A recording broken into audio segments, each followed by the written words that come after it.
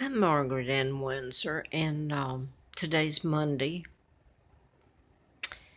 Oh, geez, what is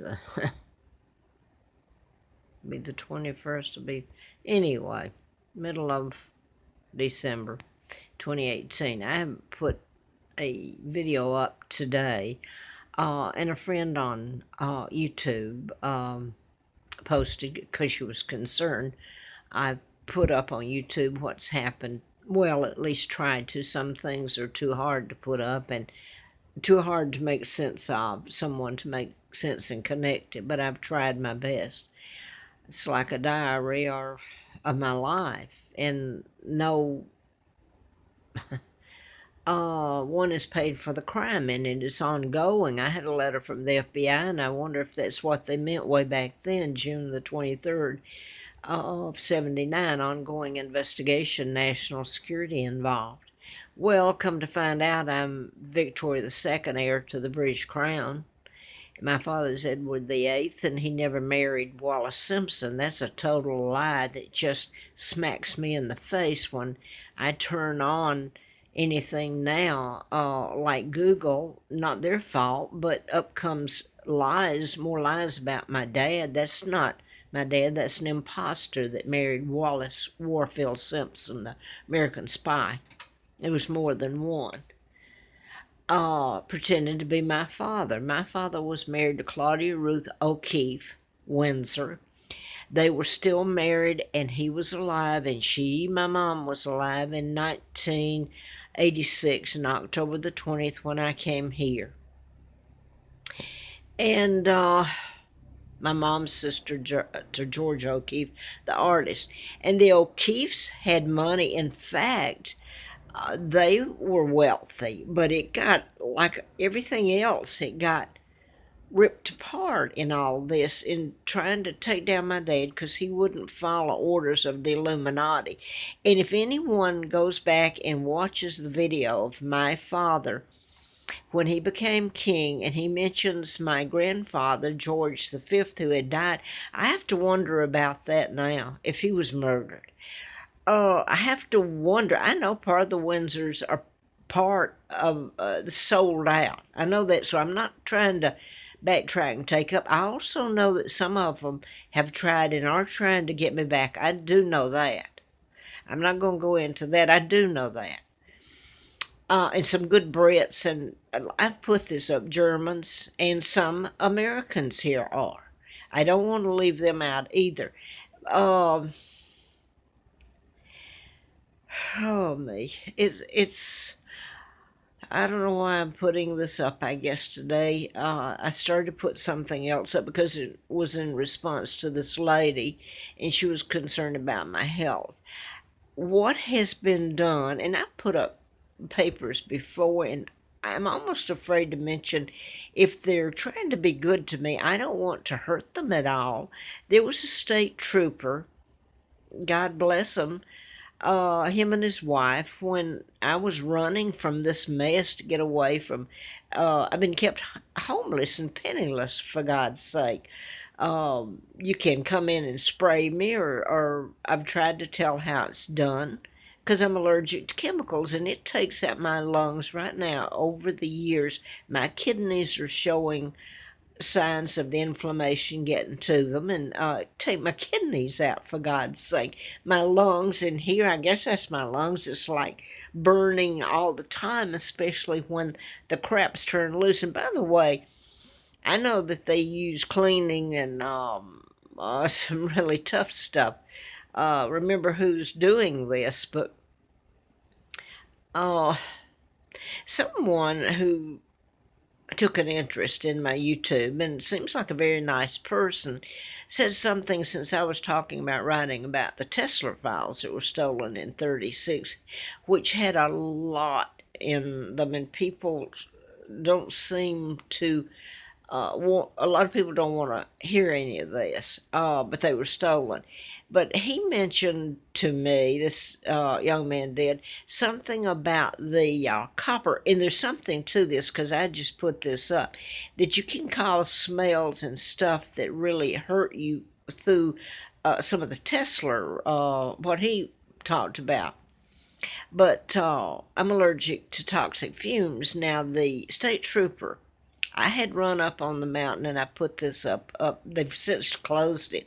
It was a beautiful park up. It's a national park up there on the mountain up here, where the Star and all that is here in Roanoke. I'd gone up there and I woke up in the night and I had fuel dumped all over my tent. Let me remind you, it was hard for me to have money or eat. I walked. I had a backpack finally and put it on. I didn't get to bathe unless I walked in the forest. I lived there for a long time, and it was very hard and rugged. I was actually told, I'm going to put this in more than once. I'd walk down to the little grocery store there in Troutville in the post office, and I would get a few groceries, which were kind of expensive at the little store. It wasn't a big one like a supermarket because it would cost more. But I, at times, wasn't able to walk to a grocery store, a bigger one. And I was limited. But anyway, I was coming back up the mountain pass there, the new trail that I talk about being built there. It was like Alpha and Omega in it. Uh, which becomes a part of this beginning and the end. And I guess it's going to seem to some people I'm getting out on a limb here. No, I'm not. Trying to tell what happened to me and I guess why. But many times I would come up that long trail up from Mountain Pass. First of all, it was a long walk from the post down the highway. It's a wonder I didn't get hit so many times. And at night and freezing. Oh my God.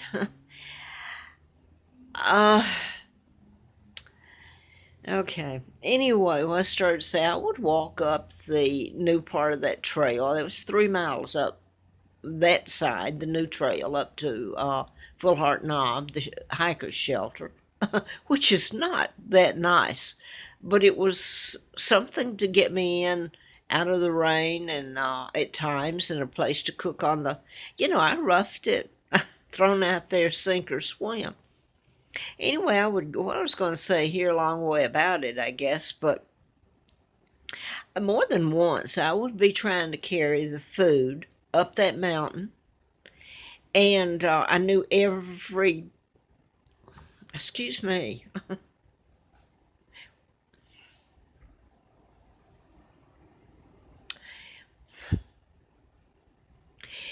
and on occasion, more than right at the moment, there was at least two I can remember more than that.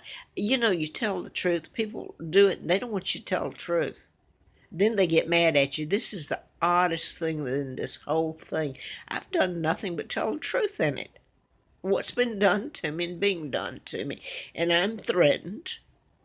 I mean, you got to have a roof over your head, whether you're getting gassed to death or whatever is being done to me. Anyway, on occasion, I came up and this goes along with what was happening to me before I'd finished the book. It was at Laurelwood where I got the letter from the FBI in 79. I was told there by a woman, she moved in right next to me. This was so high powered. How much money was spent in doing this? She actually told me that she was contacted by the state of Alabama. Well, not the state. I understand that I know some of the Bureau of Investigation in the state of Alabama.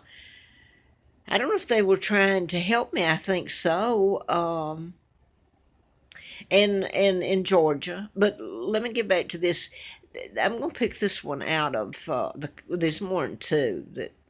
Well, let's go back to her.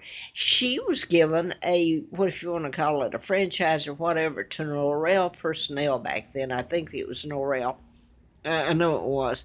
It was one of the larger back then. And she was given money to open it up there in Atlanta area just to move in and do the things to me that were done. And it gets horrible to think about. But this man actually told me who's from Alabama. I hadn't talked to him. He was from Alabama, and he actually saw me. You know, I would go down and walk in the hot sun along the highway and get the groceries, the few I could, and bring back up that long way up. And I'd get halfway up, and I thought I wasn't going to make it. And let me remind you, there's snakes, and there's bears, and there's raccoons, and possums, and people. He said that he was told if he helped me. So what's he doing there? That what was it now? I'm trying to stick to what he would lose his job or something. So he didn't help me. He just told me that and went on his way. But I was told that, and the weird thing was that it was similar where I was. I wasn't too far from the same spot this guy, going up that side of the mountain. And so people got paid off. I said I could write a book about what happened on the trail up there on the, then you'd have to see it all in real time. If God knows if they ever made a film of part of it or some of it, or you'd have to see it. Because one guy came up there, and I know that the law enforcement in Nashville, and I don't want to get them into trouble either. And I want to go back to the state trooper back up on the mountain when they put the gasoline on my tent in the middle of the night. His wife said to me, they brought me down, and said to me, "This is how we run you with chemicals." Well, I tell it, and people, and I've even told their name, and I like them, but why am I not supposed to tell this? And people get mad at me. I give names. I was looking on, and I know I'm going back in something here, so bear with me. I was just looking through some stuff, and I've put all this up many times, but I've got so many videos up there that how do you filter through them, to find this? But I put it up more than once. But I put up, and I was just looking on it. This woman approached me, and I was camped out, and I had enough money to go and bathe and pull my luggage and try to keep it together. And the forest rangers running you, and people would say, "Well, you weren't supposed to live in the national forest. I wasn't supposed to be here. Excuse me. None of this was supposed to happen to me and my children. So don't tell me because I'm living in the national forest. Other people do. Only they move. Well, this is what they do to me. And let me tell you something. The only time they've ever filmed this after I came here and put it on TV, and believe me, they know. I was arrested, and I'm told now that there's no record of it. Let me clue you. I was in jail for a month, and you have to get when I was in jail, like well, I'm not even going. It corresponds with some of the other stuff I've told about Waco and JonBenet Ramsey's parents, and I think it was about 4 times. But anyway, at one point, one of the Woody was his name. That's odd. Woody, as in Woody Harrelson played Larry Flint, so you get into my being flown out to Flint's and all that, and running a campaign, and he was shot, bless his heart. Oh, you get into Woodrow Wilson, the president up here in Stanton, where Anastasia, that's where he was from. So you get links and all this. Now I forgot myself where I was starting. Oh, anyway, Woody was with Eric, another ranger. And it's like they're told when to run me, and when I say run me, I'm pulling my stuff up and having to pull it way up mountains, way up rock, way up. I mean, it's not funny. And where's the water? And sometimes there's no water. You can't bathe. Then if you do bathe, you think you're way out there, and you look up after you strip naked because you're just sure nobody's there, and you see this 20-year-old with a beanie on his top. He was Jewish. Excuse me. This happened to me. It wasn't fun for me, not 1 minute. Standing there gawking at me, and I thought, well, I asked him, I said, and how long have you been standing there? He was over that part of the trail, and that was the part of the year I hadn't seen anybody. What are the chances? Well, he did. Now then, where did I get to in telling all this? I was going to tell just a little bit on the trail. What happened? Me starving up there, and people told not to help me, and they didn't. They didn't want to get involved. I was telling about the Martin, the state trooper, and he and his wife brought me down off the mountain. They were hosts up there at the park when someone came in and poured fuel all over my tent. And his wife, they brought me down, and she said, "This is how we run you with chemicals." And I've used the name because they gave me their name and address and everything. He was retired, and he's, as far as I know, they're nice people. Anyway, I was looking at one of the papers I had put up where she had to be a relative of theirs. They're from this area, the state trooper. I was looking at the very sheet I put up on there where she supposedly approached me and offered to help me. She took me to Vinton, and these papers were put up there. And I've forgotten the man's name that rented me. Oh my God. Rented me the it was tiny little apartment. I remember he said he named it after his daughter. It was in Vinton. I went in, she took me, her name was Barton, so they had to be kin. I only saw that the other day when I was going through some stuff, and I thought, my God, that's the state trooper's name, and I hope I haven't said anything about him, because he seemed to be nice. But I went in, and she, come to find out, she knew the man. He owned a paint and all that, so in Vinton, so he had a little money, I suppose. Anyway, I paid him. He would only rent it by the month. Paid him a deposit. I forgot what it was now. I've still got it, I think. I know I have, unless somebody comes in steals it. Anyway, they sat there, and I thought, well, they're friends, for goodness sake. I paid him, and he would only rent by the month.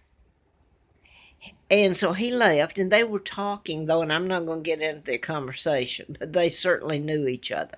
So now then, she takes me, her name's Barton, same as the state trooper. Oh, God, I hope I don't get the state troopers. They're part of the reason I'm alive, I think, some of them here. And the state troopers were in Alabama, I know, and Georgia, were the ones that were good. I'm sure there's some bad too and all this, but anyway, they had to be related. They were, but it kind of shocked me because I hadn't noticed her name being on that. I'd written it down. That was her name, and it's where she said I didn't have any money. I paid him it was about like $500 for the deposit, and then the month's rent.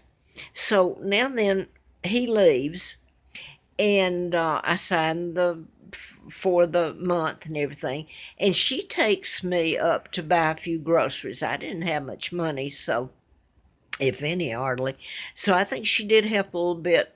I think she did with, I don't know, helping me buy a few.